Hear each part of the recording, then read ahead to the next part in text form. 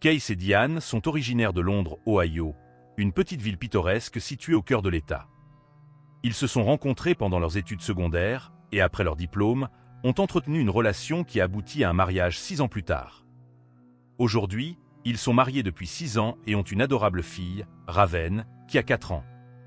Récemment, ils ont découvert une belle résidence à Londres, Ohio, la même ville où ils ont passé leur enfance. La propriété, bien qu'elle soit toujours à Londres, Ohio, était située dans une zone plus isolée que les autres maisons qu'ils avaient envisagées.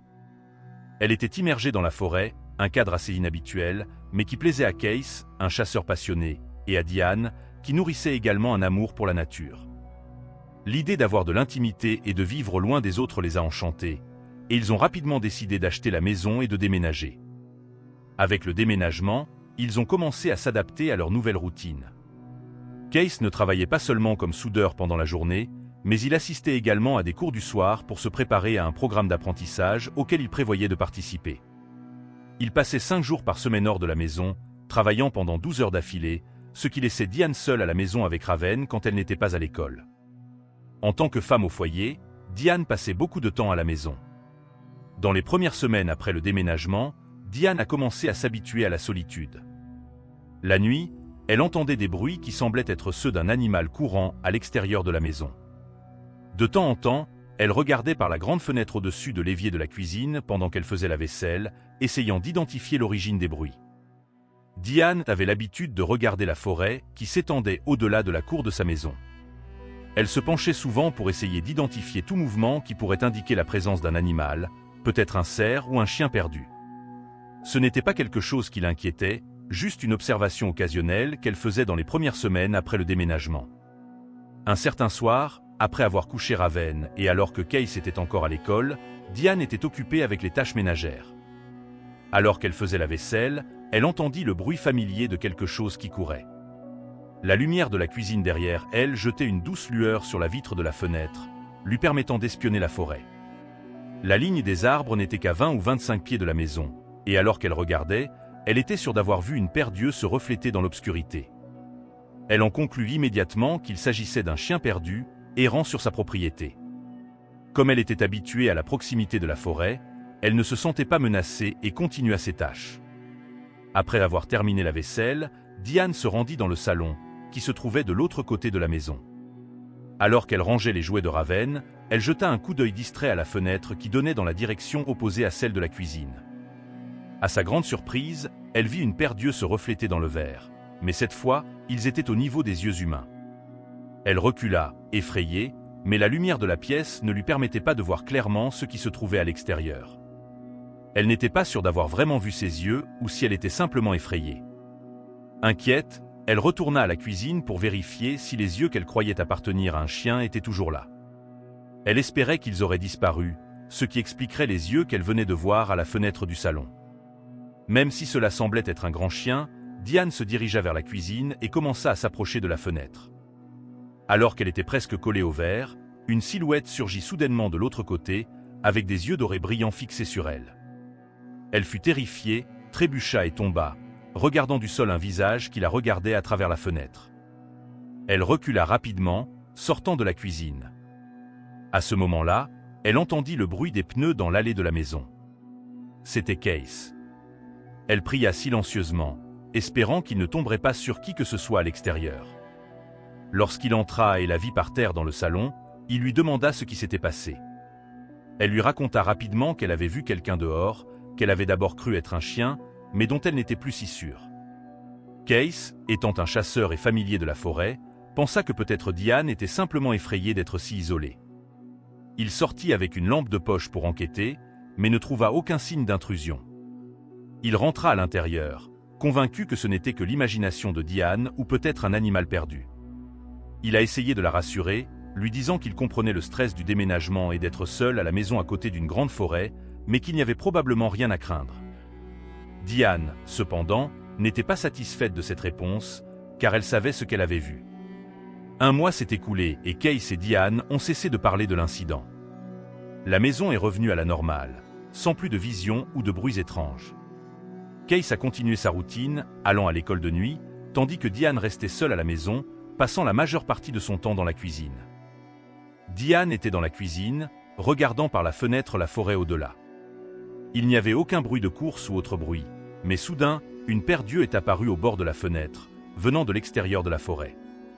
Les yeux étaient fixés sur elle, et elle a reculé de la fenêtre, pensant à comment protéger sa fille, Raven.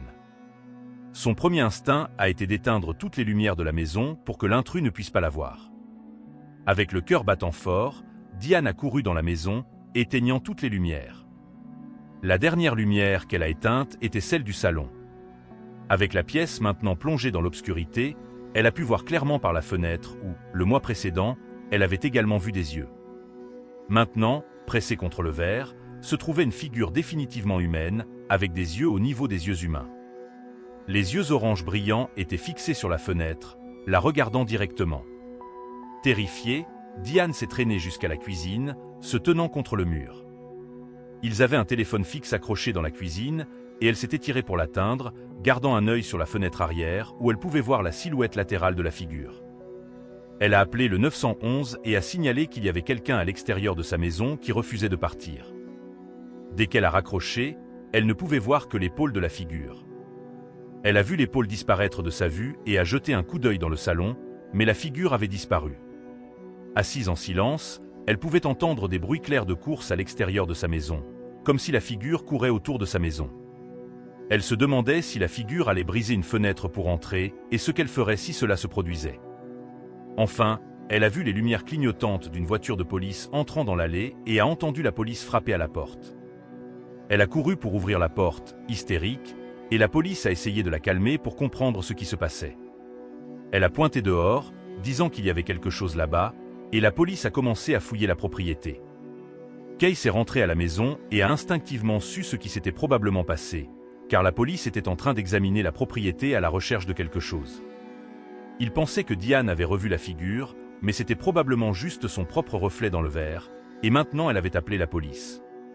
Case savait qu'il vivait dans une petite ville et il était préoccupé par ce que les voisins pourraient penser s'ils savaient que la police avait été appelée à leur domicile. Quand il est rentré à la maison et a vu la police, il a regretté d'être sorti, mais il était aussi en colère contre Diane. Il se demandait pourquoi elle avait appelé la police alors qu'il n'y avait pas de signes évidents d'intrusion. La police, après une recherche minutieuse, n'a rien trouvé et leur a dit de les contacter si quelque chose d'autre se produisait. Avec le départ de la police, Case et Diane ont fini par se disputer. 4 mois se sont écoulés sans autre incident. Il n'y avait plus de bruits étranges ou d'yeux brillants aux fenêtres. Case et Diane ont réussi à surmonter l'incident et sont revenus à leur routine normale. Diane a même commencé à croire que tout cela était peut-être le fruit de son imagination, peut-être le stress ou l'anxiété d'être si souvent seule à la maison. Le début de décembre 1981 est arrivé, et avec lui la première grande tempête de neige de l'hiver. Un matin, après la tempête de neige, Case s'est réveillé et a décidé de sortir pour acheter des donuts et du café pour la famille pendant que tout le monde dormait encore. Il faisait encore sombre dehors quand il est sorti, a démarré la voiture et a commencé à ajuster le rétroviseur. C'est alors qu'il a cru voir quelqu'un debout derrière sa voiture. Il a réajusté le miroir et a regardé à nouveau, mais la figure avait disparu. Il a garé la voiture, a pris sa lampe de poche et a commencé à chercher autour de lui, sachant qu'il avait vu quelqu'un derrière sa voiture. Il a réalisé l'ironie de la situation. Il était maintenant dans la même position que Diane avait été des mois auparavant. Il n'a trouvé personne et a commencé à se demander s'il y avait une vérité dans ce que Diane avait vu auparavant. Case avait tort et, en regardant autour de lui, il a remarqué des traces dans la neige fraîche. Il ne pouvait pas identifier quel type de traces c'était, mais c'étaient des marques distinctes. Il a commencé à les suivre, pensant qu'elles mèneraient à une personne ou à quelque chose d'inconnu. Les traces se sont arrêtées juste à côté de sa maison et, en regardant où elles auraient pu aller, il a levé les yeux. Il a remarqué qu'il y avait une partie du premier étage de la maison qui s'étendait un peu, formant un toit au premier étage, avec le reste de la maison au deuxième étage. Il a vu que les traces montaient du sol au toit du premier étage, puis au toit du deuxième étage et continuaient de l'autre côté de la maison. Il se demandait qui ou quoi pourrait faire cela. Il est allé de l'autre côté de la maison et n'a pas pu voir d'autres traces. En regardant le sommet de sa maison, il a commencé à remettre en question sa santé mentale. Il a pensé « Il y a quelque chose dans ma maison, qu'est-ce qui se passe ?» Alors, il est entré et a appelé son ami chasseur, Denny, qui était la seule personne qui vivait relativement près d'eux. Il a dit à Denny qu'il devait venir immédiatement parce que quelque chose d'étrange se passait. Il pensait que quelqu'un rôdait autour de sa maison et n'était pas sûr s'il avait besoin d'aide. Quand Denny est arrivé, Case était dehors avec son fusil. Denny lui a demandé ce qu'il faisait et Case a expliqué que quelqu'un, ou quelque chose, était sur le toit de sa maison. Alors qu'ils parlaient de cela, ils ont entendu un bruit fort, comme si quelque chose était tombé d'une grande hauteur de l'autre côté de la maison. Ils ont couru là-bas, tous deux armés de leurs fusils. Ils ont vu deux empreintes claires, mais à 6 mètres de distance du bord de la maison. Cela signifiait que si la chose sur le toit avait sauté, elle n'aurait pas seulement sauté 2 étages jusqu'au sol, mais elle aurait aussi sauté 6 mètres de distance de la maison, car il n'y avait pas d'autres empreintes. Ils ont entendu un bruit de course et la chose a couru vers la forêt. Denny et Case se sont regardés, se demandant ce qu'ils devaient faire ensuite. Case a suggéré qu'ils devraient poursuivre ceux qui laissaient les traces. Tous deux étaient des chasseurs expérimentés et connaissaient bien la forêt. Ils ont immédiatement remarqué que les empreintes, qui mesuraient environ 14 pouces de long, semblaient appartenir à une créature bipède. Ils se demandaient quel type d'être pourrait monter sur le toit et courir sur 2 jambes. Ils ont suivi les traces jusqu'à la forêt, se sentant constamment observés. De temps en temps, ils entendaient le bruit d'un grand animal se déplaçant dans la forêt, mais ils n'arrivaient jamais à temps pour voir ce que c'était. À un moment donné, ils ont commencé à entendre des bruits derrière eux et se sont demandé si la créature avait couru devant eux et les suivait maintenant. Après des heures de recherche, ils sont arrivés à une clairière où ils ont trouvé une petite cabane qu'ils n'avaient jamais vue auparavant. Les traces menaient directement à elle. La porte de la cabane était fermée et ils se demandaient quel type d'animal serait capable d'ouvrir et de fermer des portes. Denny a commencé à frapper à la porte, essayant de faire se révéler la personne ou la créature. Il n'y avait aucun son ou mouvement venant de l'intérieur de la cabane. Ils ont regardé par les fenêtres, mais n'ont rien vu. Case a réalisé que la situation semblait mauvaise. Ils avaient suivi quelqu'un jusqu'à sa maison et étaient armés. Ils ont décidé qu'ils devaient partir et laisser la situation derrière eux. Ils ont décidé de ne pas retourner par la forêt, mais de se diriger vers la route la plus proche qu'ils pouvaient entendre à proximité. Ils sont allés à une cabine téléphonique et ont appelé le père de Case pour venir les chercher.